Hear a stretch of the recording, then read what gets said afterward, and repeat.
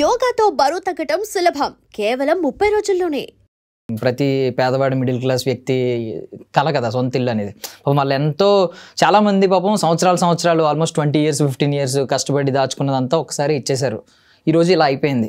ఇప్పుడు ఈరోజు ఈడీ జగపతి బాబు గారిని పిలిచి మొత్తం అంతా విచారణ జరిపి జగపతి బాబు గారికి ఇందులో ప్రమేయం లేదు, ఆయన కేవలం ఏంటంటే ఒక ఇంట్రెస్ట్తో ఈ డబ్బు అడ్వర్టైజింగ్కి ఎంత అయితే వస్తుందో ఆ డబ్బుల కోసం చేశారు అని చెప్పి ఒక సింపుల్గా వదిలేశారు. సో దీనివల్ల నష్టపోయింది మాత్రం సామాన్యుడు, పేదవాడు, మిడిల్ క్లాస్ వ్యక్తి. ఏమంటారు దీని గురించి? ఫస్ట్ థింగ్ ఏంటంటే సామాన్యుడు అన్నప్పుడు అన్ని కోట్లు పెట్టి కొంటారా అనేది. సో ఒక middle class, upper middle class వాళ్ళు తీసుకుంటారు. అండ్ వాళ్ళైనంత మాత్రం వాళ్ళ కష్టమే కదా, ఎన్నో ఉద్యోగాలు చేసి కష్టపడి సంపాదించిన డబ్బు. కాకపోతే ఏంటంటే బ్యాంక్ లోన్ తీసుకోవడం అనేది ఎందుకు సేఫ్ అనేది ఇప్పుడు మనకు అర్థమవుతుంది. సో బ్యాంక్ లోన్ తీసుకోకుండా వన్ టైం పేమెంట్లు కట్టేవాళ్ళు, లేకపోతే హాఫ్ ఆఫ్ ద అమౌంట్ కట్టేసి మిగతాది బ్యాంక్ వెళ్దాం అనుకునేవాళ్ళు, ఎస్పెషల్లీ బ్లాక్ కట్టి తర్వాత మిగతాది కట్టుకుందాం అనుకునేవాళ్ళు, ఇటువంటి వాళ్ళు చాలా ఇరుక్కుంటారు. సో ఫెయిర్గా ఉండడం, వైట్లో కట్టడం, వీలైతే లోన్కి పోవడం, లోన్తో పాటు ఇన్సూరెన్స్కి పోవడం అనేది చాలా ఇంపార్టెంట్. అంటే మనం ప్రస్తుతం ఉన్న సమాజంలో అన్ని రకాల సేఫ్టీలు ఉన్నాయి, మనం పాటించకపోతే అది మన తప్పు అవుతుంది. తర్వాత లబోదిబో అనడం ఇట్లాంటివి జరిగి మేబీ కొంచెం కాస్ట్ ఎక్కువ అవచ్చు. ఇప్పుడు నేను ఇల్లు కొనుక్కున్నాను అనుకో, ఇల్లు కొనుక్కున్నప్పుడు లోన్ కడుతున్నాం, సడన్గా నాకు ఏదన్నా అయింది అంటే చనిపోవచ్చు, లేదా ఏదన్నా ఇంకా ఉద్యోగం చేయలేనటువంటి పరిస్థితుల్లోకి వెళ్ళే పరిస్థితులు, లైక్ బ్రెయిన్ స్ట్రోక్లు ఇలాంటివి ఏదైనా వచ్చి చేయలేని పరిస్థితులు వచ్చినప్పుడు మరి అట్లా వాళ్ళు వచ్చి ఇంటిని జప్తు చేయడం ఇట్లాంటివి జరగకుండా ఇన్సూరెన్స్లు ఉన్నాయి. సో ఇన్సూరెన్స్ కట్టుకున్నప్పుడు నీకు ఇట్లాంటిది ఏదైనా జరిగినప్పుడు they will pay the insurance for you. So అలాగే ఎప్పుడైనా సరే ఇప్పుడు లోన్ తీసుకున్నప్పుడు ఇది ఫస్ట్ కస్టమర్కి సంబంధించి ఇక నుంచి ఫ్యూచర్లో నష్టపోకుండా ఉండడానికి. బట్ ఆల్రెడీ నష్టపోయిన వాళ్ళ పరిస్థితి ఏంటి అంటే, అఫ్కోర్స్ ఈడీ రంగంలోకి దిగింది, ఎక్కడెక్కడ వాళ్ళు తిరిగినా కూడా పట్టుకొచ్చి చేసే బాధ్యత ఉంటుంది. జనరల్గా మనం చూస్తుంటాం వీడు తప్పు చేశాడు వీడికి శిక్ష అంటాం, కానీ తప్పు చేసిన వాడికి శిక్ష సరే, నష్టపోయిన వాడికి న్యాయం ఏది అనే కోణంలో మనం చూడాలి. ఇకపోతే ప్యూర్లీ జగపతి బాబు గారి విషయానికి వస్తే మాత్రం ఆయన హీరోనే, కానీ ఈ సామెతలో మాత్రం హీరో వెళ్ళను కొట్టుకుని కమెడీని చంపేసినట్టు అనేది గుర్తు వస్తుంది. అంటే ఈయన జస్ట్ ప్రమోట్ చేయడానికి మాత్రమే దాన్ని ఆయన ముందుకు రావడం జరిగింది. జనరల్గా అప్రోచ్ అవుతుంటారు, నన్ను కూడా కొంతమంది అప్రోచ్ అవుతుంటారు, ఏంటి మీకు ఏదో ఫ్లాట్ ఇస్తాం, ఓ ప్లాట్ ఇస్తాం ఈ ఏరియాలో, మీరు కనుక కొనుక్కున్నారు అనుకోండి, ఇగో అక్కడ ఆయన కొనుక్కున్నారు, రాజీవ్ కనకాల కొనుక్కున్నారు, ఇక్కడ ఈయన కొనుక్కున్నారు, అల్లు అర్జున్ కొనుక్కున్నారు అని చెప్పేసి వీళ్ళ పేర్లు చెప్పి వీళ్ళు చెట్టు పేరు చెప్పి కాయలు అమ్ముకున్నట్టుగా అమ్ముకుంటారు. మంచిదే, వాళ్ళకి నిజంగా కొనుక్కున్నా వాళ్ళకి ఎంతో కొంత డిస్కౌంటెడ్ ప్రైజెస్లో వస్తాయి. బట్ వచ్చే జనాలు వీళ్ళ ఇంత పెద్ద ఎలైట్ కమ్యూనిటీ ఇక్కడ ఉంది కాబట్టి మనకి రేట్లు బాగా వస్తాయి, దట్ ఈజ్ ఆల్సో ట్రూ. కానీ ఇక్కడ ఏమవుతుందంటే కొన్నిసార్లు ఇలాంటి జెండా ఫిరాయింపులు జరిగినప్పుడు, నేను ఇటువంటి కేసు ఒకటి ఇంతకుముందు మీకు చెప్తా, బెట్టింగ్ యాప్స్ కుంభకోణం మీరు గమనించే ఉంటారు. దాంట్లో మా బిగ్ బాస్ వాళ్ళు విష్ణుప్రియ కావచ్చు, మన టేస్టీ తేజ కావచ్చు, ఇంకా రీతు చౌదరి కావచ్చు, ఇలా వీళ్ళే కాకుండా పెద్ద పెద్ద యాక్టర్లు లైక్ మంచులక్ష్మి, రాణా, ఇటువంటి వాళ్ళ పేర్లన్నీ వచ్చినాయి. వీళ్ళు చేసేటప్పుడు ఇది లీగలా ఇల్లీగలా అని చెక్ చేసుకునేటప్పుడు మనకి ఒక పక్కం ఆయన అమితాబ్ బచ్చన్ చేశారు, సచిన్ లేకపోతే సోను సూద్ చేశారు, మనం చేస్తే ఇది తప్పనేమో, ఇది ఎక్స్ట్రా సోర్స్ ఆఫ్ ఇన్కమ్ అని వెళ్తారు. దీంట్లో లీగాలిటీకి సంబంధించిన చాలా వరకు తెలియని విషయం ఏంటంటే, నువ్వు ఒక బ్రాండ్ని ఎండోర్స్ చేస్తే కటౌట్ మాత్రం నీది పెట్టుకున్నంత మాత్రం నాకేం సంబంధం లేదు అనడానికి లేదు. నువ్వు కూడా ఎంతో మరి 1% 5% లైబుల్గా ఇప్పుడు చట్టంలోకి తీసుకొచ్చారనమాట. సో ఇక్కడి నుంచి ఎవరైనా సరే సెలబ్రిటీస్ ఒక బ్రాండ్ ఎండోర్స్ చేసేటప్పుడు జనాలు మీ ముఖం చూసి అది కొనుక్కోవడానికి వస్తారు కాబట్టి, ఒకవేళ నష్టపోతే మీరు కూడా సమాధానం చెప్పాల్సి వస్తుంది కాబట్టి మీకు కూడా భాగస్వామ్యం చేస్తూ కొన్ని చట్టాలు వచ్చినాయి. ఇవి సెలబ్రిటీస్ తెలుసుకోవడం అనేది చాలా చాలా ఇంపార్టెంట్. సో జగపతి బాబు గారు ఈ కేటగిరీలోనే ఖచ్చితంగా ఐ నో ఈజ్ అమాయకంగా తెలియకుండానే ఇరుక్కొని ఉంటారు. ఎవడైనా స్కాములు చేస్తారని తెలిసి ఇట్లాంటి వాటిని ప్రమోట్ ఖచ్చితంగా ఎవరు చేయరు. అండ్ అలాగే బెట్టింగ్ యాప్స్ అనేవి ఎంత కాదన్నా దానికి ఏమీ అంత చట్టబద్ధత లేదు, అది ఒక రకమైన జోదం కాబట్టి దాన్ని ప్రమోట్ చేయడం కూడా తప్పే అనే విషయం అందరికీ తెలుసు. ఒక సెలబ్రిటీలో నువ్వు ఒక హోదాలో ఉన్నప్పుడు నువ్వు చెప్తే కోట్ల మంది వినే పరిస్థితి ఉన్నప్పుడు మనం చాలా రెస్పాన్సిబుల్గా స్పైడర్ మ్యాన్లో ఒక డైలాగ్ ఉంటుంది, ఇది ఇంగ్లీష్ స్పైడర్ మ్యాన్ హోమ్ కమింగ్లో, అంటే ఎంత పవర్ఫుల్ అయితే అంత రెస్పాన్సిబిలిటీ పెరుగుతుంది మీద అని చెప్పి. అలా పెద్దవాళ్ళు అయ్యే కొద్దీ వాళ్ళకి ఇంకా ఏదైనా సరే చిన్న డీల్ చేసినా కూడా ఏదో డబ్బులు వస్తాయనే కోణంలో కాకుండా జనాల మీద ఇంపాక్ట్, అది లీగలా ఇల్లీగలా, ఎంతవరకు వీళ్ళు జెన్యూన్ అనేది చూసుకోవడం అనేది చాలా చాలా ఇంపార్టెంట్. వీళ్ళందరికీ పిఆర్ ఏజెన్సీస్ ఉంటాయి, పిఆర్ఓలు ఉంటారు అండ్ మేనేజర్స్ ఉంటారు. బేసికలీ ఇది వాళ్ళ పని. వీళ్ళకున్న బిజీలో షూటింగ్లు చేసుకుంటుంటారు. ఇప్పుడు ఆయన ఏమి ఖాళీగా లేరు, విలన్ పాత్రలు గట్టిగా చేస్తున్నారు ఆయన. సో అంత దీంట్లో ఉన్నప్పుడు ఆయన ఇవన్నీ చదువుకుని ఓకేనా లాయరు లేకపోతే మేనేజరు డన్ సార్ అంతా బాగుంది సార్ అంటారు. వీళ్ళు టక్మని పెట్టేస్తారు, తర్వాత ఇలా అవుతుంది. సో మీరు కొత్త వివాదం ఒకటి తీసుకొచ్చారు, అంటే కొత్త టాపిక్ తీసుకొచ్చారు. ఎలా అంటే బ్లాక్ ఉంది అని చెప్పి ముందు ఇన్వెస్ట్ చేసే వాళ్ళు కూడా ఉంటారు అని చెప్పి. సో ఏ కేసు వచ్చినా కూడా 360 degrees అనేది మనం అబ్జర్వ్ చేయాలి. సో ఇప్పుడు ఈ ఈడీ ఏదైతే చూస్తున్నారో దీంతో పాటు ఇప్పుడు ఎవరైతే ఇన్వెస్ట్ చేశారో వాళ్ళు కట్టారా లేదా అని బిల్స్ అయితే చూస్తారు, కానీ వాళ్ళకి ఆ ఇన్కమ్ ఎక్కడి నుంచి వచ్చింది అనేది అయితే అక్కడ దాకా వెళ్ళరు. సో వెళ్ళడం కూడా మంచిదేమో అని అంటారా? వెళ్తారు, బట్ ఈడీ కూడా కొంత ఇప్పుడు ఏంటంటే ఓపెన్ సీక్రెట్, ఎవడు ఇల్లు కొనుక్కున్నా ఏం కొనుక్కున్నా కూడా బ్లాక్ ఎంత వైట్ ఎంత అని ఓపెన్గానే మాట్లాడుకుంటారు. దీనికి కారణం ఒకటి ఏంటంటే రెవెన్యూస్. ఐ మీన్ మనం కట్టే రిజిస్ట్రేషన్ ఛార్జీలు ఇప్పుడు 50 లక్షలు అయితే ఎంత కట్టాలి, ₹1,00,00,000 అయితే ఎంత కట్టాలి, మనం దీనికి ఎంత కట్టాల్సిన అవసరం ఏముంది, కొంచెం తక్కువ అని రాసుకుంటే సరిపోతుంది కదా అని చెప్పి అనుకునేవాడు. బట్ రేపు ఫ్యూచర్లో నువ్వు బ్యాంకులో మార్ట్గేజ్ పెట్టి తెచ్చుకునేటప్పుడు కూడా నీ వాల్యుయేషన్ అక్కడి నుంచే వస్తుంది. బట్ మార్కెట్ వాల్యూ అనేది కూడా ఉంటుంది అనుకో. బట్ బేసికలీ వైట్కి వెళ్ళడం అనేది మనకి ఎంత మంచిది అనేది ఇటువంటి ఉదంతాలు జరిగినప్పుడు వస్తుంది. At the same time government కూడా మరీ ఈ రేంజ్లో ఛార్జీలు బాధేయకుండా జనాలకు అందుబాటులోకి తీసుకొచ్చి అందరూ కూడా వైటే చేసుకునేట్టు. ఫర్ ఎగ్జాంపుల్ అప్పుడప్పుడు ట్రాఫిక్ చలాన్లు విపరీతంగా అయిపోయినప్పుడు 50% డిస్కౌంట్ ఇస్తాం అని చెప్పి గవర్నమెంట్ అనగా పులోమని జనాలు కట్టేస్తారు కదా. అలాగే మీరు రిజిస్ట్రేషన్ ఛార్జీలు తగ్గించండి, ఎన్ని రిజిస్ట్రేషన్లు అవుతాయి, రియల్ ఎస్టేట్ ఎంత భూమి అవుతుంది. మన హైదరాబాద్లో కొంత స్తబ్దత అయితే నెలకొంది రియల్ ఎస్టేట్. బెంగళూరుతో పోటీపడే హైదరాబాదు ఎప్పుడైతే ఈ అప్రూవల్స్ వీటికి ఇన్ని డబ్బులు కట్టాల్సి వస్తాయి అనుకున్నప్పుడు డిలే అవుతుంది ప్రాసెస్. సో ఇది చాలా ఇంపార్టెంట్. బ్లాక్ వైట్ అనేది మనకెంత ముఖ్యమో గవర్నమెంట్ కూడా కొంచెం తగ్గించి ఈ రేట్లన్నీ కూడాను ఓకే మీకు అందుబాటులోకి తీసుకొస్తున్నాం అని చెప్పడం వల్ల గవర్నమెంట్కే మేలు, వైట్ ట్రాన్సాక్షన్స్ జరుగుతాయి. అండ్ ఇప్పుడు ఏంటంటే తేలు కుట్టిన దొంగ అంటారు తెలుసు. ఇప్పుడు బ్లాక్లో ఇచ్చిన వాడు ఎక్కడి నుంచి వచ్చాయో చెప్పుకోలేడు, పోయినట్టే. సో అది చాలా రిస్క్. అండ్ ఇంకోటి ఏంటంటే ఇప్పుడు మీరు బ్రాండ్ ఎండోర్స్మెంట్ గురించి మాట్లాడుకుంటే నార్మల్గా ఒక థీమ్ ఎక్స్ప్లెయిన్ చేస్తూ ఒక కమర్షియల్ యాడ్ చేశారంటే ఏంటి ఆ కాంటెక్స్ట్ ఏంటి, వాళ్ళు ఏం చెప్తున్నారు అనేది చూస్తారు. బట్ ఒక సెలబ్రిటీ వచ్చినప్పుడు మాత్రం వాటికంటే ముందు సెలబ్రిటీకి ఒక ట్యాగ్, వాళ్ళు ఒక పంచ్ డైలాగులు కొడుతున్నారు. ఎలా అంటే ఇది నా నమ్మకం మీరు నమ్ముతారా, ఇలాంటి డైలాగులు కొడుతున్నారు. సో బేసికల్లీ ఇది బాగా అట్రాక్ట్ చేస్తున్నాయి. మొత్తం వాళ్ళ స్కీమ్స్ వాళ్ళ టర్మ్స్ అండ్ కండిషన్స్ కంటే ముందే ఏ మహేష్ బాబు వచ్చి ఇలా చెప్పారంటే ఇది నేను నమ్మేది మీరు నమ్ముతారా ఇలాంటివి చెప్పినప్పుడు ఖచ్చితంగా ఎక్కువ అట్రాక్ట్ అవుతున్నారు జనాలు. మొత్తం మానేస్తే బెటర్ ఏమో. మానేస్తే బెటర్ కాదు, ఖచ్చితంగా కాదు. కానీ ఒకటి ఏంటంటే నువ్వు నమ్ముతావా, నేను నమ్ముతానా, నాకు తెలిసి అది యాడ్ అయ్యా అంత తిరిగి తక్కువ వాళ్ళు ఉన్నారా?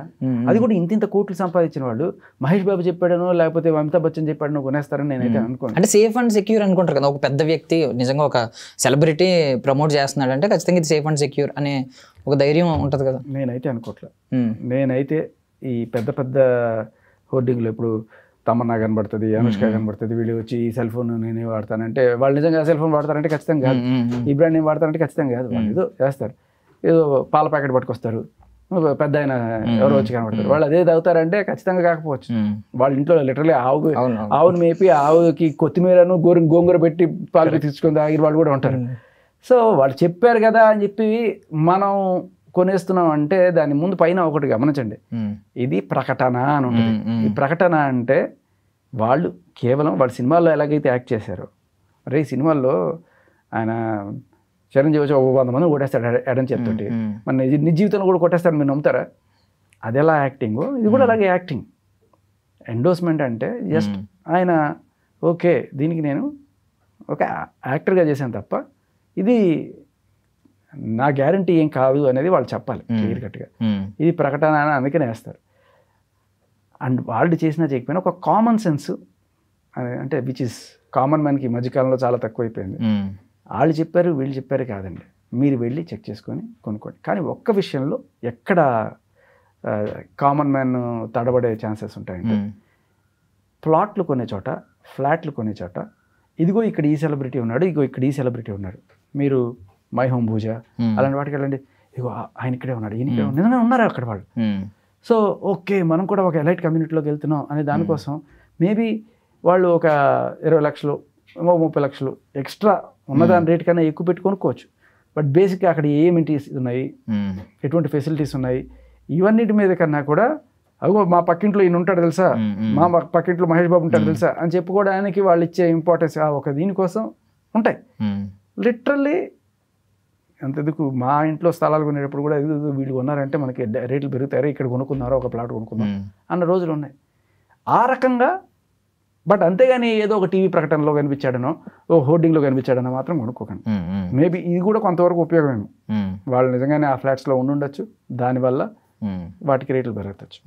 సో ఇప్పుడు ఏమైనా చట్టంలో మార్పులు వచ్చినాయి అని అనుకుంటున్నారు? ఒకప్పుడు నిజంగా కంప్లీట్గా సేఫ్ అయిపోయేవారు, ఎవరైతే బ్రాండ్ ఎండోర్సెస్ ఉన్నారో వాళ్ళు కంప్లీట్గా పక్కకి వెళ్ళిపోయేవారు. ఇది వచ్చి నాకు తెలిసి 5 ఏళ్ళు 10 ఏళ్ళు అవుతుంది, కరెక్ట్గా పీరియడ్ గుర్తులేదు. బట్ ఇప్పుడు వీళ్ళు కూడా రెస్పాన్సిబుల్ చేస్తూ చట్టంలోకి తీసుకొచ్చారు వీళ్ళు. ఇప్పుడు దీని పర్యవసానాలు వాళ్ళ మీద ఎలా పడతాయి అంటే వాళ్ళు ఏమన్నా ఫైనాన్షియల్గా ఏమన్నా కొంచెం సపోర్ట్ చేస్తారా, లేదు వాళ్ళకి జైలు శిక్ష ఇలాంటివి ఏమన్నా ఉంటాయి? లేదు అలాంటివి ఉండకపోవచ్చు. ఎందుకంటే మీరు గమనించండి, బెట్టింగ్ యాప్స్ కేసులో ఎవరెవరైతే ప్రమోట్ చేశారో అది ఎఫ్ఐఆర్ అయింది తప్ప ఇప్పటిదాకా కనీసం ఛార్జ్ షీట్ కూడా నోచుకోలేదు.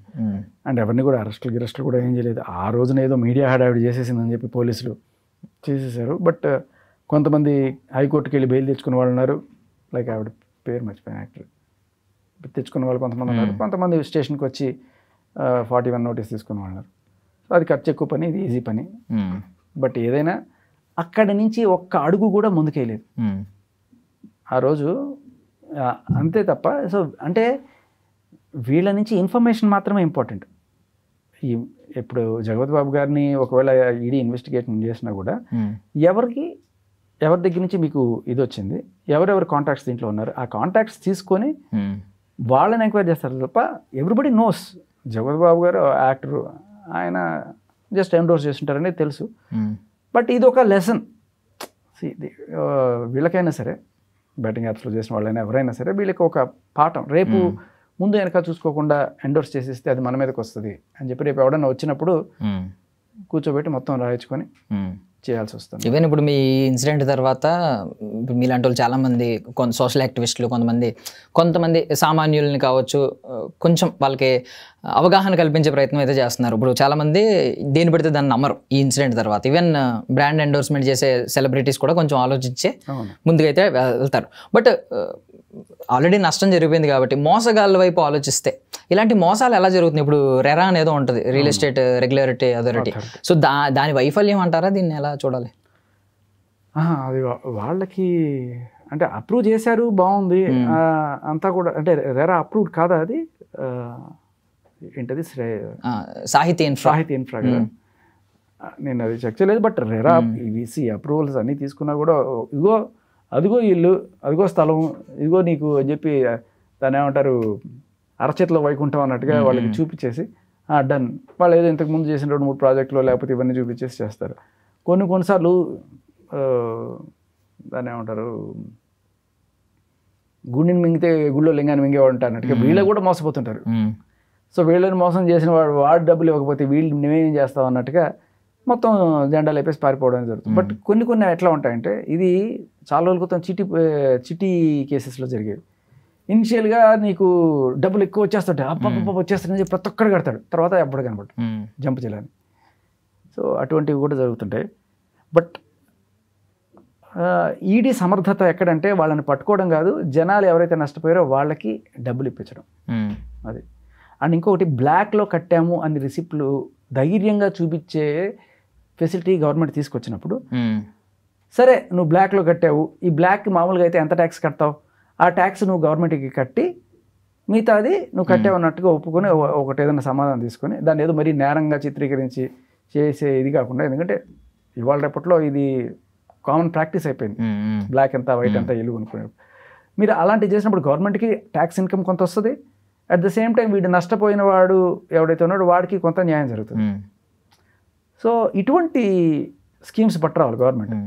ఇప్పుడు ఏంటంటే ప్రతి ఒక్కడు కూడా మనం బ్లాక్ కట్టేసాం కదా, మనం నోరు మూసుకోవడం బెటర్, లేకపోతే మనకి ఐటీ రైడ్లు అవుతాయి, అదవుతాయి, ఇదవుతాయి, మన లోపల పడేస్తారు, ఇట్లాంటివి ఉండద్దు. సో అదొక క్రిమినల్ దీంట్లో వాళ్ళని అరెస్ట్ చేస్తారనే భయం లేకపోవడం, ఒప్పుకొని మీరు డైరెక్ట్గా వచ్చి చేసిస్తే మీరు ఎంతో కొంత కట్టాల్సిన ట్యాక్స్ కట్టడం అనేది అక్కడ వాళ్ళకి న్యాయం జరగాలి. అండ్ ఈవెన్ జగపతి బాబు గారు ప్రజెంట్ ఇంకొక క్లారిటీ కూడా ఇస్తారు. ఇప్పుడు బాగా 100 కోట్లు 1000 కోట్లు సంపాదించుకున్న వాళ్ళే బ్లాక్ పెడతారా అనేది, కామన్ మ్యాన్ల దగ్గర కూడా బ్లాక్లో ఉంటాయి చాలాసార్లు. అంతెందుకు, మనం రోడ్లోకి వెళ్ళి కొనుక్కుంటుంటే మనం యూపీఐ చేస్తామంటే క్యాష్ ఇమ్మంటారు, అదేమవుతుంది, బ్లాక్ కింద లెక్క వస్తుంది. సో వాళ్ళు ట్యాక్స్ కట్టకుండా అది పక్కన. సో అక్కడి నుంచే బ్లాక్ అనేది స్టార్ట్ అవుతుంది. వాళ్ళకి తెలియకపోవచ్చు, కొంతమంది తెలియకుండా చేసే ప్రాక్టీస్ కావచ్చు, బట్ ఇది పెద్ద చిన్న అనేది లేకుండా అందరి దగ్గర జరిగే ప్రాక్టీస్ ఈ బ్లాక్ అనేది. సో ఇది వైట్ చేయడానికి గవర్నమెంట్ ఏదైనా ఫెసిలిటీస్ తీసుకురావాలి. సో ఇప్పుడు ఈడీ విచారణ గురించి మాట్లాడుకుంటే జగపతి బాబు గారి మీద ముందు నుంచి ఒక మంచి క్లీన్ చిట్ ఉంటుంది. ఆయన గురించి అందరూ ఎవరు మాట్లాడినా పాజిటివ్గా మాట్లాడతారు, బోలా మనిషి అంటారు. ఇవన్నీ పక్కన పెడితే అక్కడ జగపతి బాబు గారు కాదు సమ్ ఎక్స్ అనుకుంటే ఒకవేళ వాళ్ళు ఎలా విచారణ జరిపారంటే డైరెక్ట్గా కానీ ఇండైరెక్ట్గా కానీ ఏమన్నా లబ్ధి పొందారా అని చెప్పి ఈవెన్ వాళ్ళ ఎక్స్ చైర్మన్ ఈ ఇన్ఫ్రాకి సాహితీ ఇన్ఫ్రాకి ఎక్స్ చైర్మన్ సాంధు అని పూర్ణచంద్రరావు అని ఎవరో ఉన్నారంట, ఆయన నుంచి కూడా ఏమన్నా ట్రాన్సాక్షన్స్ జరిగినాయా అని చూసారంట అఫీషియల్గా. బట్ ఈ విచారణ సరిపోద్ది అంటారా, లేదు సమ్ అదర్ అంటే అంత స్ట్రైట్గా? ఇక్కడ ఈ విచారణలో చాలా కీలకమైన పాయింట్ ఏంటంటే, జనరల్గా జగపతి బాబు గారు ఇటువంటి ఎండోస్మెంట్ ఏదైనా ఇంతకు ముందు చేస్తున్నారు అని చాలా యాడ్స్లోనే చేస్తుంటారు. ఏదో నాకు గుర్తు టక్కుమని, బట్ చాలా యాడ్స్ చేస్తారు ఆయన. సో ఇటువంటి యాడ్ చేసినప్పుడు ఇంత స్క్రీన్ స్పేస్ ఆయన యాక్టింగ్ చేసినప్పుడు ఆయన జనరల్గా ఎంత ఛార్జ్ చేస్తారు, ఇక్కడ కూడా అంతే ఛార్జ్ చేశారా? సో మేబీ ఒక 1 కోటి రూపాయలు తీసుకుందాం అనుకుందాం. ఇదేంటి సార్ జనరల్గా మీరు ఇది చేస్తే 1 కోటి రూపాయలు తీసుకుంటారు, ఇక్కడ మీకు 20 కోట్లు 30 కోట్లు వచ్చింది అన్నప్పుడు అది అనుమానం కోణంలోకి వెళ్తుంది. But if it is a fair practice, ఆయన ఆ యాడ్కి ఎంత అయితే తీసుకుంటారో అంతే తీసుకున్నట్టు కనుక ధృవీకరిస్తే ఆయన అనుమానించకపోవచ్చు. ఓకే, సో భవిష్యత్తులో దీని నుంచి నేర్చుకోవాల్సింది ఏమంటారు? ఒక స్ట్రైట్ షార్ప్గా ఒక 5 పాయింట్స్ చెప్పండి. గవర్నమెంట్ వాళ్ళు నేర్చుకోవాల్సింది, అలాగే ప్రజలు నేర్చుకోవాల్సింది. సో ప్రజలు నేర్చుకోవాల్సింది వీలైనంత కాదు, కంప్లీట్గా బ్లాక్ని అవాయిడ్ చేసేసేయండి, వైట్లో ఉండండి, ఇన్సూరెన్స్ తీసుకోండి మీ హౌస్కి. అండ్ అలాగే మీరు తీసుకునేది బెటర్, లోన్ తీసుకుంటే ఇంకా బెటర్. లోన్ తీసుకున్న తర్వాత మీకు ఎప్పుడైనా డబ్బులు వచ్చినప్పుడు ఒకటేసారి ఒక 5-6 ఇన్స్టాల్మెంట్లు కట్టడం, ఇట్లాంటివి చేసుకోవడం అనేది పాయింట్. అండ్ సిబిల్ స్కోర్ కరెక్ట్గా మెయింటైన్ చేసుకోవడం వల్ల లోన్ రేట్లు కూడా తక్కువకి వస్తాయి. ఎక్కడ కొట్టకుండా ఆ రికార్డ్ అనేది మెయింటైన్ చేసుకోవడం అనేది this is important. So literally మీరు ఇల్లు కొనుక్కున్నా కూడా వాడు టోపీ ఎత్తేసినా కూడా ఇన్సూరెన్స్తోనో లేకపోతే బ్యాంక్ గ్యారంటీస్తోనో మీరు సేవ్ అయిపోయే పరిస్థితిలో ఉన్నప్పుడే మీరు వీటికి వెళ్ళండి. అది సూపర్. అంటే లోన్ గురించి చాలా మంది నెగిటివ్గా చూస్తారు, కానీ మీరు మంచి పాజిటివ్ పాయింట్ ఒకటి చెప్పారు. లోన్కి లోన్ అయ్యే ముందు ఇవే ఆలోచించండి. అండ్ గవర్నమెంట్ వాళ్ళు ఈ రిజిస్ట్రేషన్ ఛార్జెస్ తగ్గించడం అనేది చాలా చాలా ఇంపార్టెంట్. అండ్ అలాగే బ్లాక్ ఉంది, ఒకవేళ దాన్ని మీరు వైట్ చేసుకోవాలనుకుంటున్నారా, అయితే మీకు ఎంతో కొంత కన్సెషన్ ఇస్తాం, మామూలుగా అయితే ఎంత ట్యాక్స్ ఉంటుంది, దీనికి ఒక 5% తగ్గిస్తాం, మీరు వైట్ చేసేసుకోండి అన్నప్పుడు చాలా వరకు అమౌంట్ వస్తుంది. And for more videos, please subscribe to iDream. Please subscribe to iDream. Please subscribe iDream. And please subscribe to iDream. For more videos, subscribe to iDream. please like, share and subscribe to the channel. Congratulations, iDream. Subscribe to iDream. Subscribe to iDream. So subscribe to iDream Media. iDream ki iDream team andarki huge congratulations. Please subscribe iDream Media. Please subscribe to iDream. Subscribe iDream. Please subscribe to iDream. iDream అంటే నా కళల channel subscribe చేసుకున్న నోరు తిరుగుతలేదు, మీరైతే గంట గుర్తు కొట్టండి. For more such videos, please subscribe to iDream.